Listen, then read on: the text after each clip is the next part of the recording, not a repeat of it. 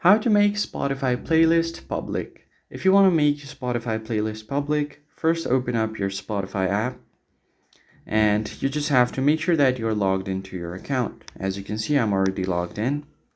Now to access your playlist, then you just have to go ahead and click on your library on the bottom of your screen. Once you tap on your library, you should be able to see all of your playlists. So if I just tap on the playlist right here, as you can see here, this playlist is already public. As you can see, there is a globe sign right below my name. And if I tap on this playlist right here, as you can see, this playlist is private because there is a lock instead of a globe sign right below the name. So if you want to make your playlist public, just tap on the three lines right besides your add collaborators option. And from here, you just tap on three lines. And then you scroll down until you find this option, make public. Just tap on it.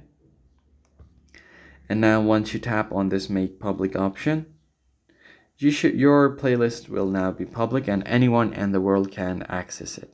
So that's pretty much it. That's how you make your Spotify playlist public. If this was helpful to you, make sure to hit the like button below and subscribe.